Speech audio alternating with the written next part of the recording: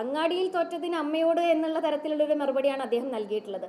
ഇവിടെയുള്ളൊരു ശരാശരി മലയാളി, നമ്മളെല്ലാവരും അന്നം കഴിക്കുന്നവരാണ്, നമ്മളെല്ലാവരും പത്രം വായിക്കുന്നവരാണ്, സാമാന്യമായിട്ട് ചിന്താശേഷിയുള്ള ആളുകളാണ് മലയാളികൾ.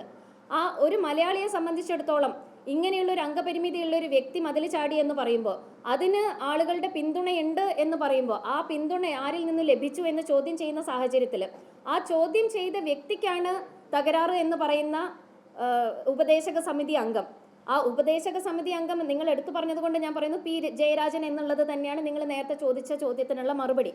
പക്ഷേ നേരത്തെ പറഞ്ഞതുപോലെ ഒരു തെളിവ് ലഭിക്കുന്നതിന് മുൻപ് കണ്ണടച്ച ഒരാളെ ബ്ലെയിം ചെയ്യണ്ട എന്ന് കരുതിയിട്ടാണ് ഞാൻ ആ പേര് മനഃപൂർവ്വം പറയാതിരുന്നതും.